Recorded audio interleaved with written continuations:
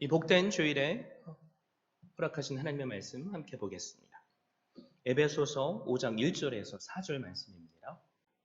그러므로 사랑을 받은 자녀같이 너희는 하나님을 본받는 자가 되고 그리스도께서 너희를 사랑하신 것 같이 너희도 사랑 가운데서 행하라. 그는 우리를 위하여 자신을 버리사 향기로운 제물과 희생 제물로 하나님께 드리셨느니라. 음행과 온갖 더러운 것과 탐욕은 너희 중에서 그 이름조차도 부르지 말라. 이는 성도에게 마땅한 바니라. 누추함과 어리석은 말이나 희롱의 말이 마땅치 아니하니 오히려 감사하는 말을 하라. 아멘.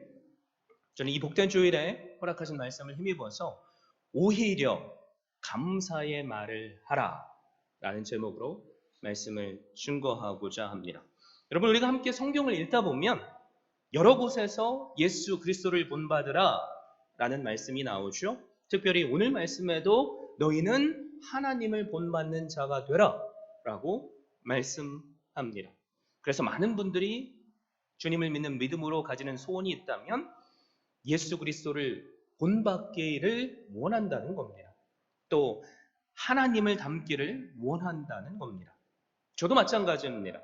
여기 계신 모든 분들도 마찬가지일 줄 믿습니다. 자, 1절 말씀을 보십시오. 그러므로 사랑을 받은 자녀같이 너희는 하나님을 본받는 자가 되고 라고 말씀하죠. 하나님을 본받고 싶어도 하나님을 본받는 것이 너무나도 추상적이기에 과연 하나님을 본받는 삶이 뭘까? 우리는 고민을 멈출 수가 없고 그 고민은 사실 현재 진행형입니다. 그래서 우리는 하나님을 닮아가는 것이 뭘까? 오늘 주신 말씀을 통해서 함께 알아보기를 원합니다. 그런데 1절 말씀에 보면 그러므로라고 시작하고 있죠. 그러므로라는 접속사. 이 단어가 나오면 우리는 항상 앞에 나온 말들의 주목을 먼저 해야만 합니다. 왜 그럴까요? 결론을 내는 접속사이기에 그렇습니다.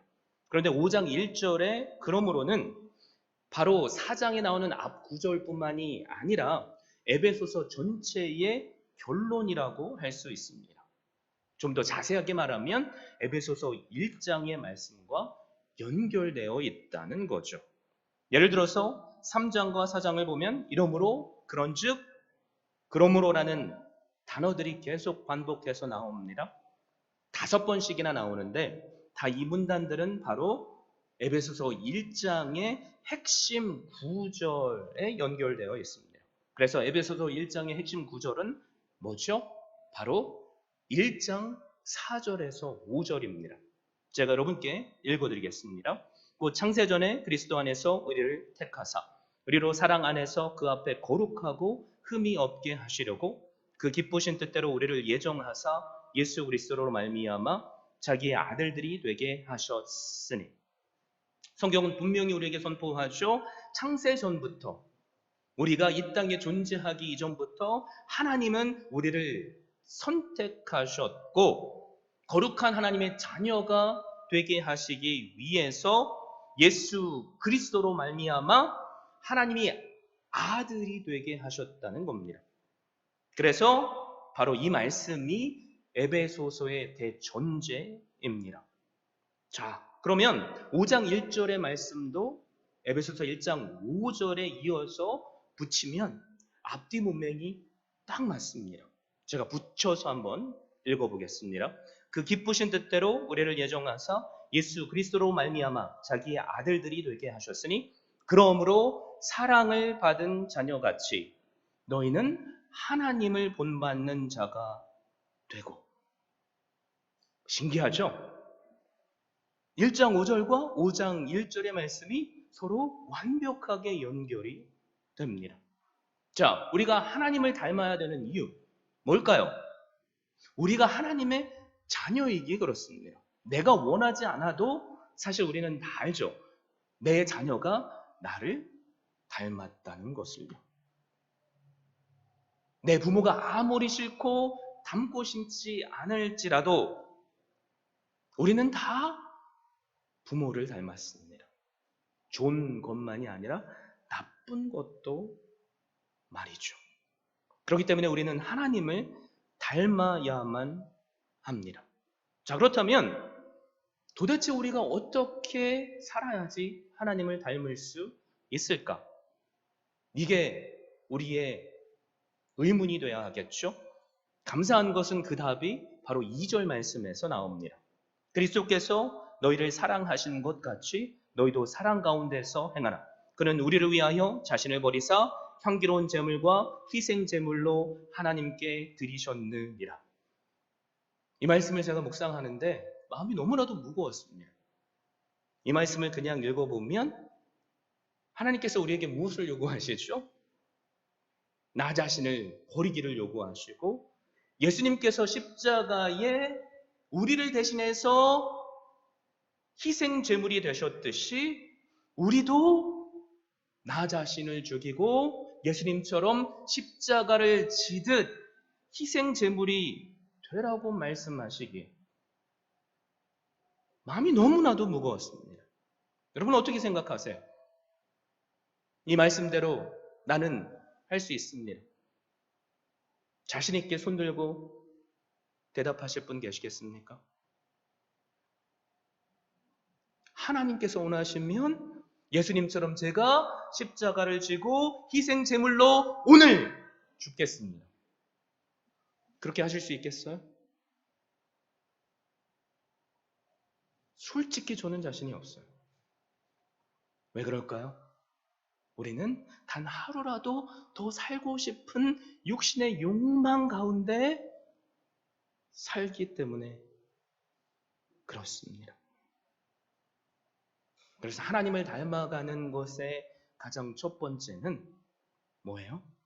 나를 대신해서. 이게 중요해요. 나를 대신해서 십자가에서 희생제물이 되셔서 죽어주신 그분을 믿는 겁니다. 여기에 복이 있어요.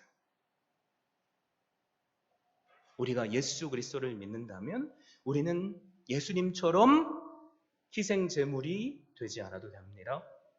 그리고 예수님처럼 십자가에서 죽을 필요가 없습니다. 왜 그럴까요? 성경은 분명히 우리에게 선포하죠. 하나님이 세상을 이처럼 사랑하사 사랑하는 독생자 예수 그리스도를 주셨다. 그리고 그분이 누굴 대신해서요? 나를 대신해서. 내가 죽어야 하는데 나 대신에 십자가를 지셨고 죽어 주셨다. 예수님을 믿는 믿음이 아니면 너희가 죽어야 되는데 성경은 우리에게 무엇을 요구하시죠? 이 예수 그리스도를 믿으라 라고 선포합니다. 그러면 우리는 예수 그리스도와 함께 십자가에 못 박아 죽었고 또 그를 믿는 믿음으로 다시 살아났기에 오늘을 살 수 있다라고 선포합니다. 사랑하는 성도 여러분, 예수 그리스도를 믿으십니까? 아멘이십니까? 자, 그러면 우리 안에 기쁨이 있을 수밖에 없죠. 왜 그럴까요? 성경은 분명히 우리에게 예수님처럼 나 자신을 부인하고 십자가를 지고 희생제물이 되라고 하시는데 우리는 그것을 예수 그리스도를 믿는 믿음으로 이미 이루어냈습니다. 자, 그런데 희생제물로 우리는 오늘을 또 살아야만 합니다. 그래서 로마서 12장 1절 2절에 보면 이런 말씀이 나오죠. 그러므로 형제들아 내가 하나님의 모든 자비하심으로 너희를 권하노니 너희 몸을 하나님이 기뻐하시는 거룩한 산 제물로 드리라. 이는 너희가 드릴 영적 예배니라. 하나님께서 우리에게 원하시는 것은 뭐예요? 희생 제물로 사는 것이 아니라 이제는 거룩한 산 제물로 사는 겁니다. 죽은 모습이 아니라 우리의 삶을 통해서 우리의 일상을 통해서 하나님께서 기뻐 받으시는 산 제물이 되라는 거죠. 그래서 로마서 12장 2절에 그 방법이 나옵니다. 너희는 이 세대를 본받지 말고 오직 마음을 새롭게 함으로 변화를 받아 하나님의 선하시고 기뻐하시고 온전하신 뜻이 무엇인지 분별하도록 하라. 그래서 거룩한 산 제물로 하나님께 바쳐 드려지는 삶이 뭡니까? 하나님을 닮아가는 삶입니다. 그런데 우리가 어떻게 그것을 할 수 있어요? 바로 하나님의 선하시고 기뻐하시고 온전하신 뜻을 분별하며 사는 겁니다. 그래서 그 시작은 뭐죠? 내 생각과 내 욕망과 내 자신을 부인하는 것. 그러면 하나님의 말씀이 내 전 인생 가운데 충만하게 거하실 수 있고, 주님께서 말씀하셨죠? 입으로 들어가는 것이 더러운 것이 아니라 마음에서 나오는 것이 더러운 것이다. 우리의 마음에 하나님의 말씀이 충만히 거하면 우리는 그 말씀대로 말하고 살 수밖에 없다는 말입니다. 하나님의 말씀에 순종하는 삶. 그것을 오늘 말씀은 뭐라고 말하죠? 향기로운 제사라고 말합니다. 자, 그렇다면 우리가 향기로운 제사가 되기 위해서 하나님을 닮아가는 삶을 살기 위해서 무엇을 해야 할까요? 거창한 것을 하나님께서 원하실까요? 내가 날마다 기도하고 날마다 나 자신을 무슨 거룩하게 하려고 세상 여러 다른 종교들이 하는 도를 쌓고 그래야 됩니까? 오늘 주신 하나님의 말씀의 4절 마지막 부분에 그 답이 나옵니다. 오늘 설교의 말씀의 제목이기도 합니다. 뭐라고 말씀하죠? 오히려 감사하는 말을 하라. 우리가 어떻게 하나님께서 기뻐 받으시는 산제물로 하나님을 닮아 살 수 있습니까? 하나님께서 우리에게 뭘 요구하시죠? 다른 게 아닙니다. 오히려 감사하는 말을 하라고 하십니다. 참 신기하죠? 하나님은 우리에게 이렇게 저렇게 요렇게 살라라고 하실 수 있는데 사도 바울을 통해서 우리에게 뭐를 요구하시죠? 오히려 감사하는 말을 하라라고 하십니다. 왜 그럴까요? 왜 감사하는 말을 하는 것이, 믿음의 말을 하는 것이 하나님을 닮아가는 삶일까요? 여러분, 그 비결이 뭐냐면 꼭 기억하십시오. 하나님은 바로 말씀이시기 때문에 그렇습니다. 우리 하나님은 창조주 하나님이시죠? 하나님께서 세상을 창조하실 때 뭘로 창조하셨습니까? 창세기에 분명히 선포합니다. 말씀으로 창조하셨다고 말이죠. 하나님께서 빛이 있으라, 그러니까 빛이 있었습니다. 그래서 이 세상에 존재하는 모든 것들은 하나님의 말씀으로 창조되었습니다. 그런데 요한복음에 보면 1장에 하나님의 말씀은 곧 성자 예수 그리스도라고 선포하죠. 말씀이 육신이 되어 이 땅에 오셨다라고 선포합니다.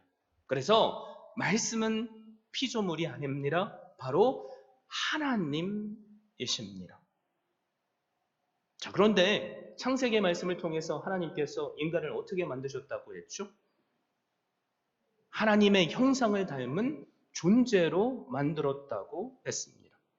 그래서 하나님의 형상을 쫓아 믿음의 말, 특별히 감사하는 말을 하는 것이 하나님을 닮아가는 삶입니다. 그래서 말에는 힘이 있죠. 특별히 3가지 힘이 있습니다. 첫 번째, 말에는 생명력이 있습니다. 그래서 성경은 말 한마디로 사람을 살릴 수도 있고 말 한마디가 사람을 죽일 수도 있다라고 선포하죠. 죽고 사는 것이 혀의 힘에 달렸나니 혀를 쓰기 좋아하는 자는 혀의 열매를 먹으리라 라고 잠언 18장 21절에 말씀합니다. 그래서 우리가 하나님의 형상대로 지음을 받았기에 우리의 선포되어지는 말에도 사람을 살리기도 하고 파괴도 하는 힘이 들어있습니다. 또 말에는 어떤 힘이 있죠? 전염력이 있습니다. 그래서 우리가 인정하지 않을지라도 대부분 많은 일들은 우리의 입술로 선포되어지는 대로 일어납니다. 특별히 이탈리아 리촐라티 교수가 이런 특별한 실험을 했습니다. 그게 뭐냐면 우리의 뇌는 보고 들은 바를 흉내내는 거울 효과를 가진다는 실험입니다. 그래서 한 사람이 부정적인 말을 들으면 그 사람도 어느새 부정적이 되고 긍정적인 말을 들으면 긍정적인 사람이 된다는 거죠. 그래서 미국의 한 대학에서 두 그룹으로 나눠서 실험을 했습니다. A그룹은 긍정적인 말만 계속적으로 반복하게 시켰고 또 반면에 B그룹은 부정적인 말만 계속해서 하게 시켰습니다. 그리고 나서 그들의 프로젝트의 진행도를 결과를 보니까 긍정적인 말을 한 사람들은 200%의 효과가 났고 반대로 부정적인 말을 한 사람들은 50% 미만의 성취도를 만들었답니다. 원망하는 말 한마디가 그 공동체의 전파가 되고 전염이 된다는 거죠. 말에는 이처럼 창조력이 있습니다. 그리고 전파력이 있습니다. 그리고 마지막으로 성취력이 있습니다. 말이 씨가 된다라는 속담이 있죠. 한번 내뱉은 말은 반드시 이루어진다는 의미입니다. A.J. 제이콥이라는 저널리스트가 있습니다. 여러 가지 재미있는 실험을 자기가 삶으로 해서 책을 내는 분이 있는데 한 가지 실험을 그가 한 거죠. 이 실험을 하게 된 동기는 브랜드 블란튼이라는 심리학자가 주장한 그 말이 사실인가를 분별하고 싶어서입니다. 이 브래드 브란튼이 뭘 주장했냐면 모든 사람들은 거짓말을 하지 않으면 행복하게 될 것이라는 주장입니다. 그래서 이 사람이 말하는 거짓말이 뭐냐면 머릿속에 든 생각을 말하지 않는 것조차도 거짓말이라고 정의합니다. 그래서 A.J. 제이콥이 너무나도 궁금했던 거죠. 정말로 이 사람 말대로 살면 내 인생은 행복해질까? 그래서 한 달을 기간을 두고 머리에 드는 생각을 그냥 여과 없이 말하기로 작정을 했습니다. 예를 들면 이런 거죠. 여러분들이 교회에 들어오셨는데 서로가 서로를 봤을 때 처음에 머리는 오늘 왜 이렇게 헝클어지게 하고 왔어? 이런 생각이 딱 들었다고 생각해 보세요. 그러면은 에이 자기 오늘 뭐 주님의 날 예배 드리는데 머리가 그게 뭐야? 왜 이렇게 헝클어졌어? 이런 말들을 서스럼 없이 내뱉는 거죠. 사랑하는 아내에게 뭐 진짜 살이 좀 찔 수도 있죠. 딱 봤는데 와우, 요즘 뭘 그렇게 먹었는지 살이 저렇게 쪘어. 생각만 해야 되는데 그것을 툭 내뱉는 거죠. 여러분 한 달 동안 우리가 만약에 이렇게 산다면 정말로 행복해졌을까요? 어떻게 생각하세요? 뒤에서 이렇게 하는 우리 아이가 있는데요. 이분이 뭐라고 자신의 한 달을 정의하냐면 The worst month of my life. 내 인생의 최악의 한 달이었다라고 이야기를 했습니다. 왜 그럴까요? 내가 말한 대로 사람의 삶 가운데서 일어나기 때문에 그렇습니다. 내 머릿속에 남을 판단하고 부정적인 말이 그 생각이 들어올 수 있죠. 여러분 그런데 그 부정적인 말을 하면 진짜로 그 부정적인 말이 살아서 역사해서 하나님의 말씀처럼요. 그 사람을 죽여요. 사랑하는 아내를 열받게 해서 아침밥도 못 얻어먹게 만듭니다. 사랑하는 친구에게 머리가 그게 뭐야 한마디 했는데 그것 때문에 삐져가지고 관계가 깨집니다. 이처럼 말에는 어떤 힘이 있어요? 창조력, 전파력, 그리고 뭐죠? 뭐가 있어요? 마지막에 성취력이 있습니다. 그렇기 때문에 말을 어떻게 하는가가 사실 우리가 하나님을 닮은 사람인지 아닌지를 드러냅니다. 그래서 오늘 말씀해 보면 오히려 무슨 말을 하라고 하죠? 감사하는 말을 하라라고 말합니다. 여러분 그런데 3절 4절 말씀을 한번 보세요. 3절 4절 말씀, 음행과 온갖 더러운 것과 탐욕은 너희 중에서 그 이름조차도 부르지 말라. 이는 성도에게 마땅한 바니라. 누추함과 어리석은 말이나 희롱의 말이 마땅치 아니하니 오히려 감사하는 말을 하라. 우리가 오히려 무슨 말이에요? 영어로 말하면 instead, 부정적인 말을 하고 음행의 말을 하고 원망의 말을 하는 것 대신에 감사하는 말을 하지 않으면 반대로 어떻게 되죠? 우리가 원하든 원하지 않든 우리는 날마다 부정적이고 음행의 말, 어리석은 말들을 할 수밖에 없습니다. 감사하는 말은 한 종류인데 부정적인 말은 몇 종류예요? 음행과 온갖 더러운 것과 탐욕, 누추함과 어리석은 말이나 희롱의 말.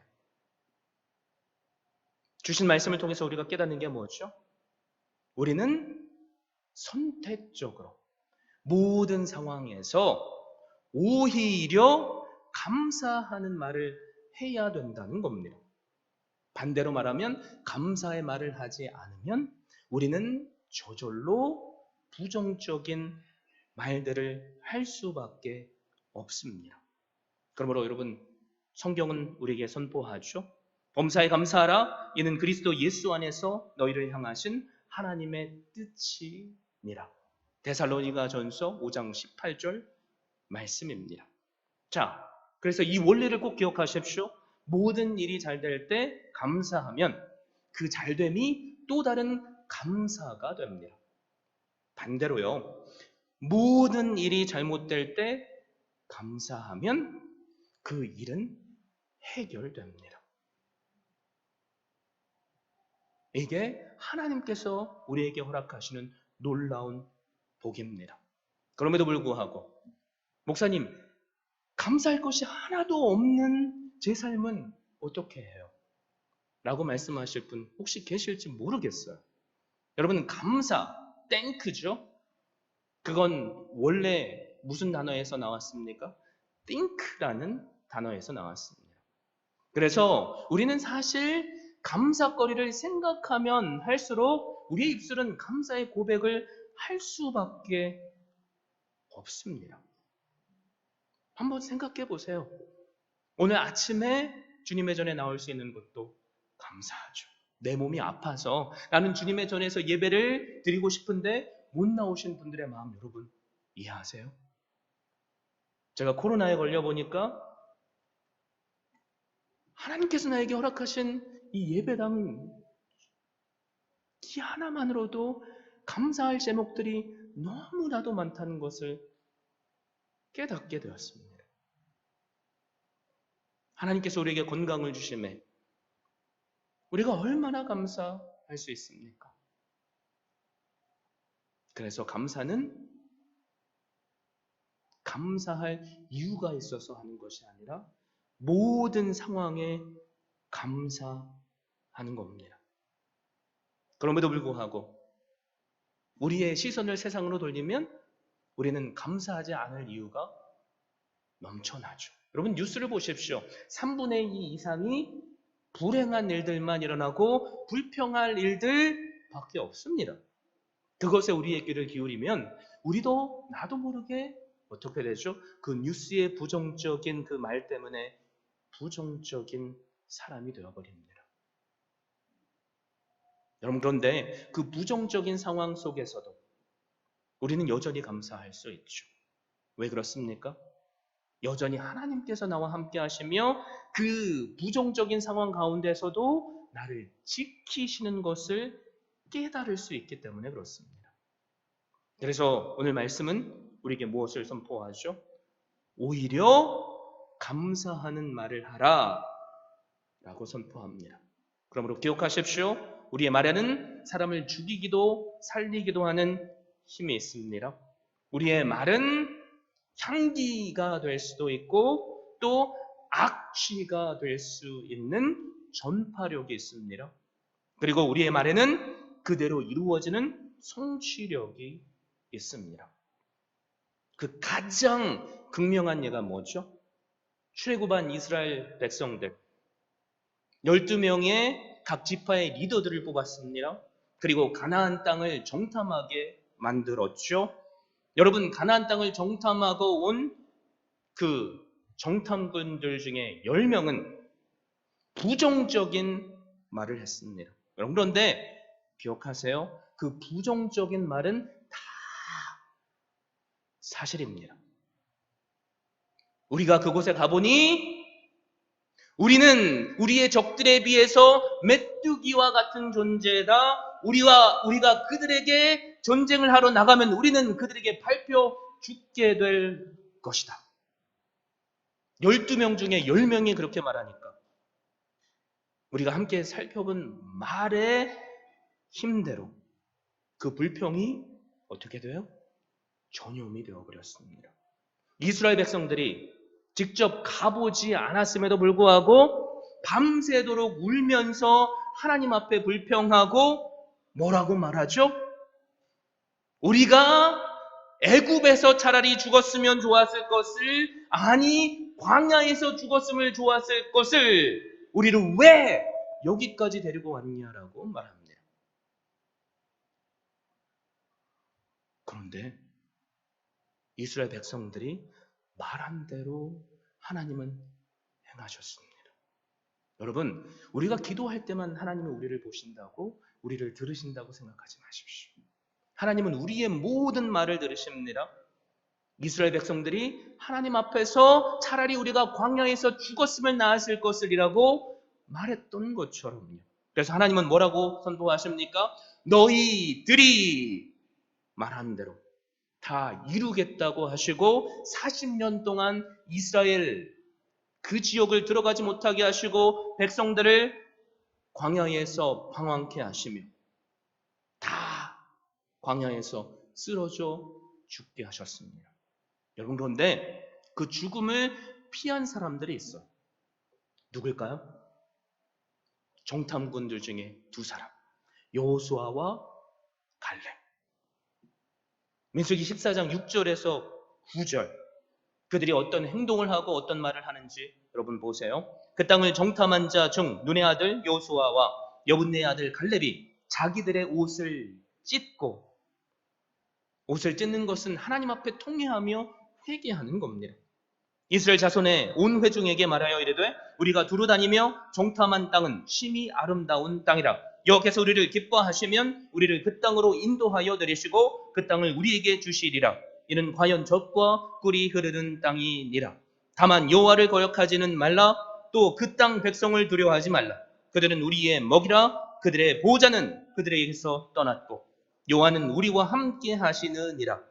그들을 두려워하지 말라 하나. 여호수아와 갈렙이 이런 믿음의 선포를 합니다. 자, 그러면 백성들이 들어야죠. 그런데 10명의 부정적인 말로 그들의 믿음의 생명력은 이미 파괴되었습니다. 10명의 부정적인 말로 이스라엘 백성들은 이미 불평의 사람들이 되어 버렸습니다.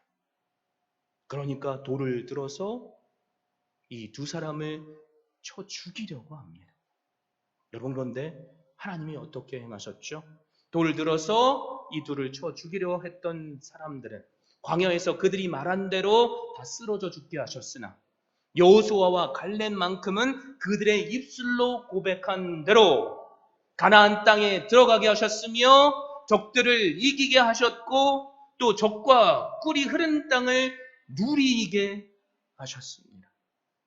여러분, 이처럼 우리의 말에는 힘이 있습니다. 왜 그럴까요? 하나님의 형상대로 우리가 지음을 받았기에 우리의 입술에 말한 대로 하나님은 들으시고 그대로 행하시기 때문입니다. 그러므로 꼭 기억하십시오. 모든 일이 잘 되십니까? 그때 특별히 더 감사하십시오. 그러면 그 감사가 형통이 될 줄 믿습니다. 또 다른 감사로 이어질 줄 믿습니다. 모든 일들이 잘 안 되십니까? 그때에도 감사하십시오. 그러면 잘못된 일은 즉시 하나님께서 해결해 주실 줄 믿습니다. 그래서 누가 중요하죠? 많은 사람들이 말하는 말이 중요합니까? 아니죠. 소수의 사람일지라도 한 사람, 믿음의 사람이 중요합니다. 이 시간에 저에게 소망이 있다면 다른 그 누구가 아니라 우리 모두가 믿음의 그 한 사람이 될 수 있기를 바랍니다. 그래서 우리의 입술에서 나오는 말이 부정적인 악취가 아니라 감사의 말이 되어서 또 다른 향기가 되어서 내 옆에 있는 사람에게 아름다운 향기로 전해질 수 있기를 바랍니다. 그러면 그 향기는 우리 가족의 향기가 되고 우리 믿음의 공동체의 향기가 됩니다. 감사한 것은요, 최근에 사랑하는 여러 성도님들을 통해 저는 이것을 경험했습니다. 우리가 11월 4일에서 6일까지 뿌리가 내리다 열매가 맺히다 라는 주제로 가을 말씀 사경회를 했죠. 얼마나 큰 은혜를 우리에게 하나님께서 허락하셨습니까? 여러분, 그런데 그 은혜가 채 가시기도 전에 교회에 어려운 일이 생겨버렸습니다. 다들 아시겠지만 저와 제 가족을 비롯해서 여러분들이 코로나에 걸린 겁니다. 이 어려움은 현재도 진행 중이죠. 담임 목사로서 마음이 너무 무거웠습니다. 원하지 않음에도 불구하고 제 머릿속에는 이런저런 부정적인 생각들이 자꾸 스쳐만 지나갔습니다. 만약에 당회에서 결정해서 말씀 사경회를 하지 않았다면 이런 어려운 일이 생기지 않았을 텐데, 혹시 성도들도 그렇게 생각하는 건 아닐까? 나한테는 얘기 안 하지만 서로가 서로에게 얘기하면서 그 책임을 교회 리더십에게 돌리며 불평하는 건 아닐까? 내가 아픈 건 저 사람 때문이야 라고 말하며 서로 간에 불평하는 건 아닐까? 이런 생각들이 자꾸 머릿속을 떠나지 않아서 마음이 무거웠습니다. 죄인된 것처럼 말이죠. 여러분, 그런데 정말 감사한 것은 많은 분들과 통화하고 특별히 아프신 분들과 통화를 할 때 제 개인적인 이런 무거운 마음을 말씀드렸는데, 와, 감동이요. 단 한 분도 불평의 말을 하시지 않았습니다. 심지어 목사님 그렇게 생각하지 마세요. 그러면서 저를 위로해 주셨습니다. 얼마나 감사한지. 여러분, 그분은 그냥 한 말씀 하셨는데 그분의 위로가 저에게 전염이 되었고 제 입술에 머리에 들었던 그 불안한 생각들은 사라지고 감사가 넘치게 만들어 주셨습니다. 얼마나 감사한지. 여러분들도 동일한 마음이실 줄 믿습니다. 저에게 그래서 그 한 분 한 분은 또 다른 요소하셨고 또 다른 갈렙이셨습니다. 함께 이 시간 예배를 드리지 못하지만 얼마나 감사한지 몰라요. 이처럼 우리의 감사의 말은 힘이 있습니다. 저의 무거운 마음을 살려주셨고요. 저의 마음의 불안을 해소시켜 주시고 감사로 바꿔주셨고, 그리고 그 감사가 제 입술에 또 다른 고백이 현실이 되게 해주셨습니다. 아름다운 향기가 절대 한 곳에 머무르지 않는 것처럼 믿음의 말, 위로의 말, 감사의 말도 이렇게 아름답게 퍼짐을 여러분 믿으십시오. 우리가 오랫동안 감사의 노트를 썼죠. 하루에 3가지씩 감사 노트를 많은 분들이 쓰심으로 동참하셨을 겁니다. 그분들이 입술에서 말하는 간증이 뭘까요? 그 감사가 또 다른 감사를 낳게 하셨다는 거죠. 여러분, 혹시 멈춘 분 계십니까? 다시 시작할 수 있기를 바랍니다. 그냥 캠페인이 아니라 내 삶에 감사의 훈련이 습관이 되어, 아니 내 삶이 되어서 나로 감사의 말을 하게 하시는 그 은혜 때문에 형통한 자는 더 큰 형통으로 이끄시는 하나님의 은혜, 고난에 처한 자는 그 고난을 바로 끊어주시고 해결하시는 살아계신 하나님의 은혜를 누리시는 한 분 한 분 되시기를 예수 그리스도의 이름으로 축원드립니다.